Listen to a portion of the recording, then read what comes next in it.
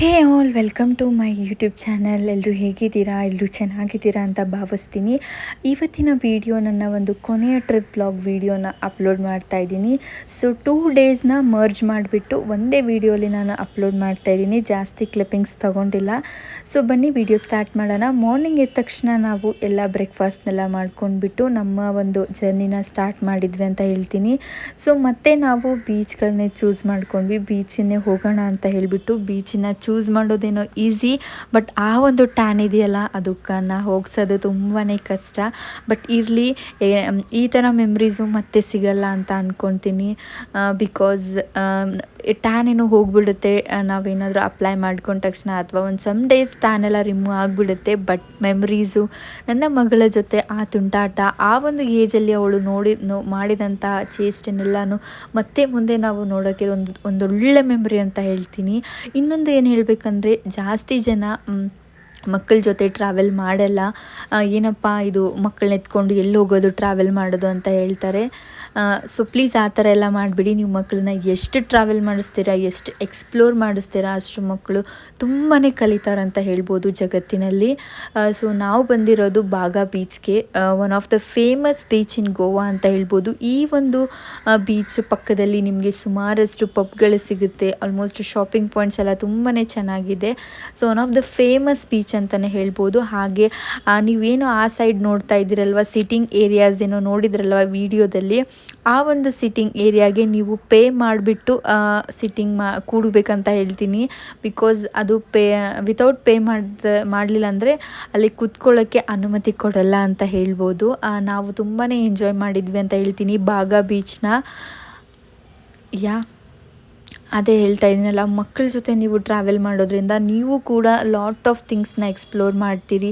And ಮಕ್ಕಳು ಎಲ್ಲಿ ಹೇಗೆ ರಿಯಾಕ್ಟ್ ಮಾಡ್ತಾರೆ ಹೊಸ ಪ್ಲೇಸ್ಗೆ ಅನ್ನೋದನ್ನು ಕೂಡ ನೀವು ತುಂಬಾ ನೀವು ಕೂಡ ಕಲಿತೀರಿ. ನಿಮ್ಮೊಟ್ಟಿಗೆ ಮಕ್ಕಳು ಕೂಡ ಪ್ರತಿಯೊಂದನ್ನು ಹೊಸದನ್ನು ನೋಡಿಬಿಟ್ಟು, ಆ್ಯಂಡ್ ಜನರ ಒಂದು ತುಂಬ ಜನರನ್ನೆಲ್ಲ ನೋಡಿಬಿಟ್ಟು, ಡಿಫ್ರೆಂಟ್ ಕಲ್ಚರ್ಸ್ನ ನೋಡಿಬಿಟ್ಟು ಮಕ್ಕಳು ಕೂಡ ತುಂಬಾ ಕಲಿಯೋದಿರುತ್ತೆ ಅಂತ ಹೇಳ್ತೀನಿ. ಇವಾಗ ಏನು ಮಾಡ್ತಾರೆ ಅಂದರೆ, ಮಕ್ಕಳಾದ ತಕ್ಷಣ ಆ ಟ್ರಿಪ್ನೇ ಮಾಡೋದನ್ನು ಸ್ಟಾಪ್ ಮಾಡ್ತಾರೆ. ಸೊ ಮಕ್ಕಳು ಇರೋಕ್ಕಿಂತ ಮೊದಲೇ ಎಷ್ಟು ಬೇಕಾದಷ್ಟು ಟ್ರಿಪ್ ಮಾಡಿ ಆಮೇಲೆ ಹೋಗೋಕ್ಕಾಗಲ್ಲ ಅಂತ ಹೇಳ್ತಾರೆ. ಅಫ್ಕೋರ್ಸ್ ಕಷ್ಟ ಇರುತ್ತೆ ಮಕ್ಕಳನ್ನ ತೊಗೊಂಡು ಟ್ರಿಪ್ ಮಾಡೋದು. It's really not an easy task, ಅಲ್ವೇ ಅಲ್ಲ, ನಮಗೆ ತುಂಬಾ ದೊಡ್ಡ ಟಾಸ್ಕ್ ಅಂತ ಹೇಳ್ತೀನಿ. ಬಿಕಾಸ್ ಮಕ್ಕಳದ್ದು ಪ್ರತಿಯೊಂದು ಥಿಂಗ್ಸ್ಗಳನ್ನು ನಾವು ನೀಟಾಗಿ ಇಟ್ಕೊಂಡಿರಬೇಕು. ಆ್ಯಂಡ್ ಮಕ್ಕಳು ಆ ಒಂದು ಎನ್ವೈರನ್ಮೆಂಟಿಗೆ ಅಡ್ಜಸ್ಟ್ ಆಗ್ತಾರೋ ಆವಾಗ ಅವ್ರಿಗೆ ಬರುವಂತಹ ಕೆಮ್ಮು ನೆಗಡಿ ಅದಕ್ಕೂ ಕೂಡ ಮೆಡಿಸಿನ್ ರೆಡಿ ಮಾಡಿ ಇಟ್ಕೊಂಡಿರಬೇಕು. ಸೊ ಆ ಒಂದು ಫೈಟ್ಗೂ ಕೂಡ ನಾವು ರೆಡಿ ಆಗಿರಬೇಕು. ಜಸ್ಟ್ ಮಕ್ಕಳನ್ನ ಕರ್ಕೊಂಡು ಹೋಗಿ ಅಂದ ತಕ್ಷಣ ಹೋಗೋದು ಆ ಥರ ಇದ್ದರೂ ಕೂಡ ಅದರ ಹಿಂದಿನ ಒಂದು ಪ್ರಿಪ್ರೇಷನ್ಸ್ ಕೂಡ ನೀವು ಮಾಡಿಕೊಳ್ಳೇಬೇಕಂತ ಹೇಳ್ತೀನಿ. ಅದರಿಂದ ತುಂಬ ಮಕ್ಕಳು ಎಂಜಾಯ್ ಮಾಡ್ತಾರೆ. ಕಲಿಕಾ ಶಕ್ತಿ ಅಂತೀವಲ್ಲ, ತುಂಬಾ ಚೆನ್ನಾಗಿ ಎಲ್ಲನೂ ಪ್ರತಿಯೊಂದು ಕಲಿತಾರೆ, ಎಕ್ಸ್ಪ್ಲೋರ್ ಮಾಡ್ತಾರೆ ಅಂತ ಹೇಳ್ಬೋದು.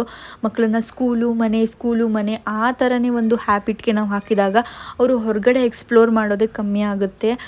ಸೊ ಇವಾಗಿನ ಮಕ್ಕಳು ತುಂಬಾ ಫಾಸ್ಟಾಗಿರ್ತಾರೆ, ಪ್ರತಿಯೊಂದನ್ನು ಕಲಿತಾರೆ ಅಂತ ಹೇಳ್ಬೋದು.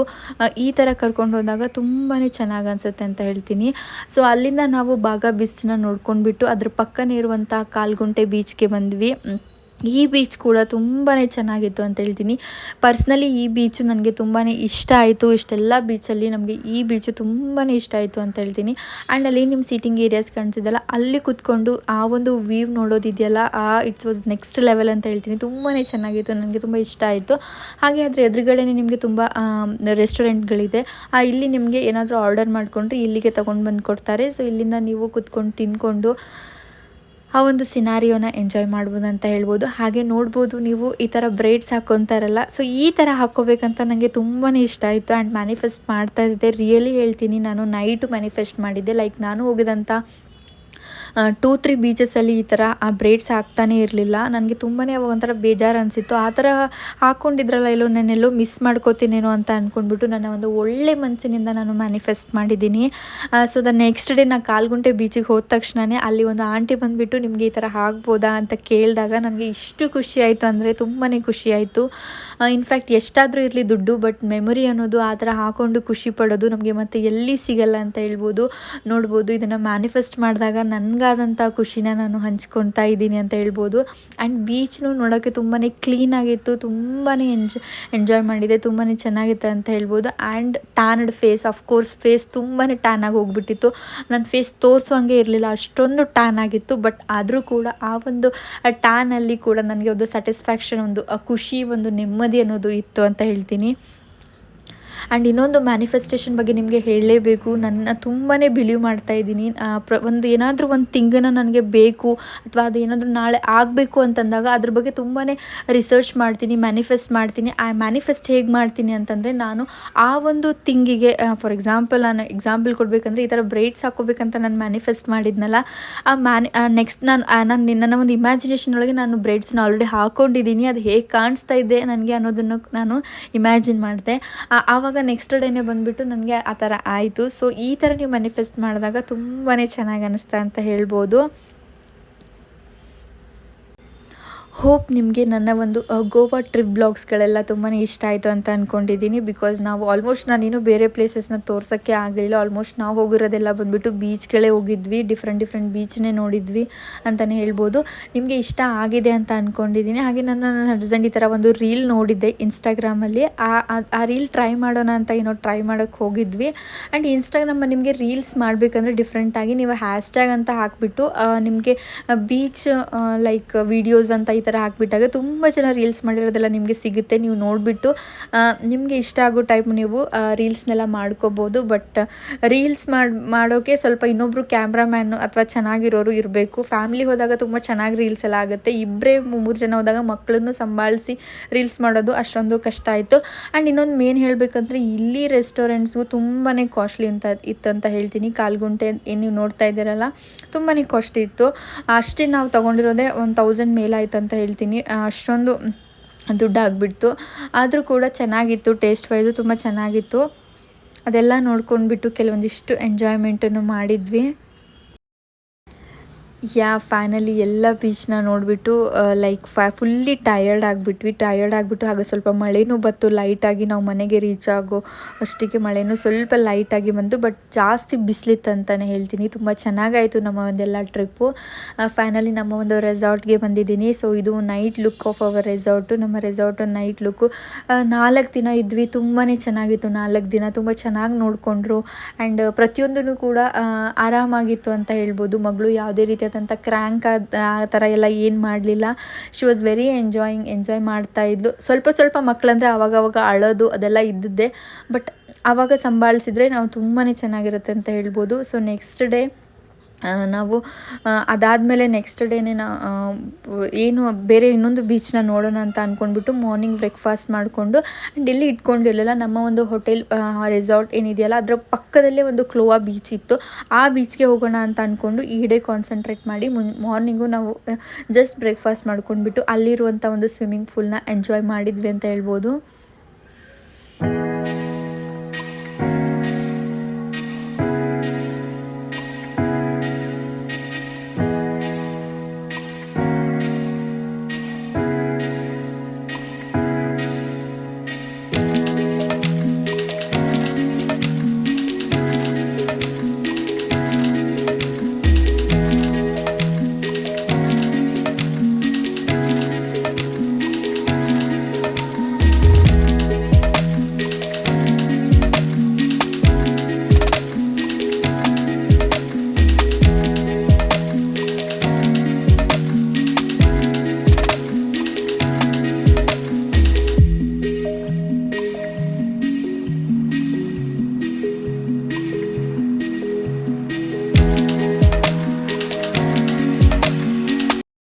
ಆ್ಯಂಡ್ ಇನ್ನೊಂದೇನೆಂದರೆ, ಟ್ರಿಪ್ ಮಾಡೋದ್ರಿಂದ ಮನಸ್ಸಿಗೆ ತುಂಬಾ ಖುಷಿ ಅನಿಸುತ್ತೆ. ಒಂಥರ ಬೇರೆ ಪ್ಲೇಸ್ಗೆ ಹೋಗ್ಬಿಟ್ಟು ದಿನಾಲೂ ಅದೇ ಊಟ, ಅದೇ ತಿಂಡಿ, ಅದೇ ಆಫೀಸು, ಅದೇ ಮನೆ ಎಲ್ಲನೂ ನೋಡಿಬಿಟ್ಟು ಒಂಥರ ಅನಿಸಿರುತ್ತೆ. ಈ ಥರ ಹೊರಗಡೆ ಹೋಗ್ಬಿಟ್ಟು ರೆಸಾರ್ಟಲ್ಲಾಗಲಿ ಎಲ್ಲಾದರೂ ಹೋಗ್ಬಿಟ್ಟು ಸ್ಪೆಂಡ್ ಮಾಡಿದಾಗ ಡೇಸು ವಿತ್ ಫ್ಯಾಮ್ಲಿ ಜೊತೆ ಸ್ಪೆಂಡ್ ಮಾಡಿದಾಗ ತುಂಬಾ ಚೆನ್ನಾಗಿ ಅನಿಸುತ್ತೆ.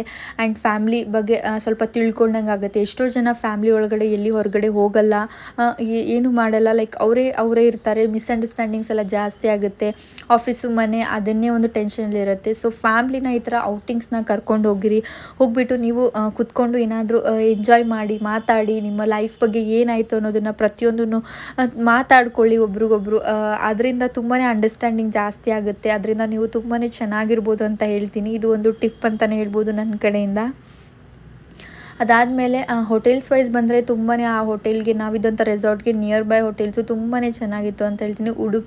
ಉಡುಪಿನ ಅಲ್ಲಿ ಪ್ಯೂರ್ ವೆಜ್ ಫುಡ್ ಅಂತೂ ಆಲ್ವೇಸ್ ಚೆನ್ನಾಗೇ ಇರುತ್ತೆ. ಹಾಗೆ ಕೆಲವೊಂದಿಷ್ಟು ಶಾಪಿಂಗ್ ಮಾಡೋಣ ಅಂತ ಅಂದ್ಬಿಟ್ಟು ಹಾಗೆ ಊಟ ಮಾಡಿ ಶಾಪಿಂಗ್ ಮಾಡೋಣ ಅಂತ ಅಂದ್ಕೊಂಡು ಆ ಡೇ ಬಂದಿದ್ವಿ. ಆ್ಯಂಡ್ ಶಾಪಿಂಗಲ್ಲಿ ನಾನು ತೊಗೊಂಡಿರೋದು ಅಲ್ಲಿ ಆ ಕಡೆ ಸೈಡ್ ಬಂದುಬಿಟ್ರೆ ಸ್ವಲ್ಪ ಶಾಪಿಂಗ್ ಪಾಯಿಂಟ್ ಎಲ್ಲ ಇತ್ತು. ಅಲ್ಲಿ ನಾನು ಒಂದು ಕ್ಯೂಟ್ ಆಗಿರೋಂಥ ಒಂದು ಬ್ಯಾಗ್ ತೊಗೊಂಡಿದ್ದೀನಿ. ಅದು ತುಂಬಾ ಇಷ್ಟ ಆಯಿತು. ಸೊ ನೋಡ್ಬೋದು, ಈ ಬ್ಯಾಗನ್ನೇ ನಾನು ತೊಗೊಂಡಿರೋದು. ಬಟ್ ಇದರ ಕಾಸ್ಟ್ ಅವರು ಜಾಸ್ತಿ ಹೇಳಿದರು. 950 ಬಂದರು 650. ಆಮೇಲೆ ನಾನು 500 ಕೊಡಿ ಅಂತ ಬಾರ್ಗೇನ್ ಮಾಡಿದಾಗ ಓಕೆ 500 ಕೊಟ್ಟರು. ಆ್ಯಂಡ್ ರಿಯಲ್ ಪ್ರೈಸ್ ಹೇಳಬೇಕಂದ್ರೆ ಮೀಶೋದಲ್ಲಿ ಸರ್ಚ್ ಮಾಡಿ ನೋಡಿದಾಗ ಬ್ಯಾಗು ರಿಯಲ್ ಪ್ರೈಸು 550 ರುಪೀಸ್ ಇದೆ. ಅದಕ್ಕೆ ಚೆನ್ನಾಗಿತ್ತು, ಬಟ್ ಕಾಸ್ಟ್ಲಿಯಾಗಿ ಹೇಳ್ತಾರೆ. ಸ್ವಲ್ಪ ಬಾರ್ಗೇನ್ ಮಾಡಿಬಿಟ್ಟು ನೋಡಿ. ಆ್ಯಂಡ್ ಸನ್ಸೆಟ್ಟನ್ನು ಮಿಸ್ ಮಾಡ್ಕೊಂಡಿದ್ದೆ ನಾನು. ಬಿಕಾಸ್ ನಾವು ನಾರ್ತ್ ಸೈಡ್ ನೋಡೋಕ್ಕೆ ಹೋಗಿರೋದ್ರಿಂದ ದೂರ ಆಗುತ್ತೆ ನಮಗೆ ಬರೋಕ್ಕೆ, ಟ್ರಾವೆಲ್ ಮಾಡೋಕ್ಕೆ ಅಂತ ಅಂದ್ಕೊಂಡು ಬೇಗ ಬಂದುಬಿಟ್ಟಿದ್ದೆ. ಸೊ ಕ್ಲೋವಾ ಬೀಚು ಪಕ್ಕದಲ್ಲಿ ಇದೆಯಲ್ಲ, ಸನ್ಸೆಟ್ಗೆ ಹೋಗೋಣ, ಸನ್ಸೆಟ್ ನೋಡೋಣ ಅಂತ ಅಂದ್ಕೊಂಡ್ಬಿಟ್ಟು ಈ ಒಂದು ಡೇನ ನಾವು ಸನ್ಸೆಟ್ಗೆ ಮೀಸಲಾಗಿದ್ವಿ. ಆ್ಯಂಡ್ ಸನ್ಸೆಟ್ಟಲ್ಲಿ ಆ ಬೀಚಲ್ಲಿ ವಾಕ್ ಮಾಡೋದು ತುಂಬಾ ಚೆನ್ನಾಗಿರುತ್ತೆ, ತುಂಬಾ ಇಷ್ಟ ಆಗುತ್ತೆ ನನಗೆ. ಬಟ್ ಕ್ರೌಡ್ ಇರೋದ್ರಿಂದ ಸ್ವಲ್ಪ ಬೇಜಾರಾಯಿತು, ಇಷ್ಟನೇ ಆಗಲಿಲ್ಲ. ಕ್ರೌಡ್ ಇಲ್ಲ ಅಂತಂದರೆ ಚೆನ್ನಾಗಿರೋದು. ಆ್ಯಂಡ್ ನಮಗೆ ಪಕ್ಕದಲ್ಲಿರೋದ್ರಿಂದ ಬರ್ಬೋದಿತ್ತು ಆವಾಗವಾಗ, ಬಟ್ ನಾವು ಲಾಸ್ಟ್ ಡೇ ಇಟ್ಕೊಂಡಿದ್ವಿ. ನೋಡ್ಬೋದು ಬೀಚ್ ನನಗೆ ತುಂಬಾ ಇಷ್ಟ. ಆಲ್ಮೋಸ್ಟ್ ನಾನು ಒಂದು 10 to 12 ಬೀಚಸ್ ನೋಡಿದ್ದೀನಿ ಅಂತ ಹೇಳ್ಬೋದು ಆಫ್ಟರ್ ಮ್ಯಾರೇಜ್ ಆದಮೇಲೆ. ಅದರಲ್ಲಿ ನನಗೆ ಎಲ್ಲ ಬೀಚ್ಗಳು ಇಷ್ಟ, ಬಟ್ ಕ್ರೌಡ್ ಇರಲಾದಂಥ ಬೀಚ್ಗಳು, ವಿತೌಟ್ ಕ್ರೌಡ್ಸು ತುಂಬಾ ಇಷ್ಟ ಆಗುತ್ತೆ ಅಂತ ಹೇಳ್ಬೋದು. ಈ ಥರ ಕ್ರೌಡ್ ಆಗಿರುವಂಥ ಬೀಚ್ಗಳು ಅಷ್ಟೊಂದು ಇಷ್ಟ ಆಗಲ್ಲ ಅಂತ ಹೇಳ್ಬೋದು. ಆ್ಯಂಡ್ ಕ್ಲೋವಾ ಬೀಚ್ ಬಗ್ಗೆ ಹೇಳಬೇಕಂದ್ರೆ ಈ ಬೀಚ್ ಕೂಡ ತುಂಬಾ ಚೆನ್ನಾಗಿತ್ತು, ಸಖತ್ತಾಗಿತ್ತು ಅಂತ ಹೇಳ್ತೀನಿ. ಇದರಲ್ಲಿ ಪಕ್ಕದಲ್ಲಿ ಶಾಪಿಂಗ್ ಪಾಯಿಂಟ್ಸ್ ಇರಲಿ, ರೆಸ್ಟೋರೆಂಟ್ಸ್ ಆಗಿರಲಿ, ಆ್ಯಂಡ್ ಮಕ್ಕಳಿಗೆ ಆಟ ಆಡುವಂಥ ಪ್ಲೇ ಏರಿಯಾ ಇದೆ ಬೆಸ್ಟ್. ಅದು ನನಗೆ ತುಂಬಾ ಲೈಕ್ ಆಗಿತ್ತು. ಬಟ್ ಈ ಒಂದು ಪ್ಲೇ ಏರಿಯಾ ಇವಾಗೇನು ನೋಡ್ತಾ ಇದ್ದೀರಲ್ಲ ವೀಡಿಯೋದಲ್ಲಿ, ಈ ಪ್ಲೇ ಏರಿಯಾ ನನ್ನ ಮಗಳು ಬೀಚ್ ಅಷ್ಟು ಇಷ್ಟಪಡ್ತಾ ಇರಲಿಲ್ಲ, ಪಾರ್ಕ್ ಅಂತ ಅಂತಿದ್ಲು. ಸೊ ಅವಳೇ ನೋಡಿರೋದು ಇದನ್ನು, ಅಲ್ಲಿದೆ ಪಾರ್ಕ್ ಹೋಗೋಣ ಅಂತ ಅಂದ್ಕೊಂಡ್ಬಿಟ್ಟು ನಾವು ಈ ಸೈಡ್ ಪ್ಲೇ ಏರಿಯಾಗೆ ಬಂದ್ವಿ. ಇಲ್ಲಿ ಸ್ವಲ್ಪ ಎಂಜಾಯ್ ಮಾಡಿದ್ಲು ಅಂತ ಹೇಳ್ಬೋದು. ಇಷ್ಟೇ ಮಾಡ್ಕೊಂಡಿರೋದು ಇವತ್ತಿನ ವೀಡಿಯೋ. ಆ್ಯಂಡ್ ನೆಕ್ಸ್ಟ್ ಡೇ ನಾವು ಚೆಕ್ಔಟ್ ಆಗುವಂಥ ಒಂದು ಡೇ, ಫೈನಲಿ ಚೆಕ್ಔಟ್ ಆಗ್ತಾ ಇದ್ದೀವಿ. ಆ್ಯಂಡ್ ಫೈನಲಿ ನಮ್ಮದು ಗೋವಾ ಏರ್ಪೋರ್ಟ್ ಡಾಬಲಿಮಿಂದ ನಮ್ಮ ಒಂದು ಕೆಂಪೇಗೌಡ ಇಂಟರ್ನ್ಯಾಷನಲ್ ಏರ್ಪೋರ್ಟ್ಗೆ ಬರುವಂಥದ್ದಾಗಿತ್ತು.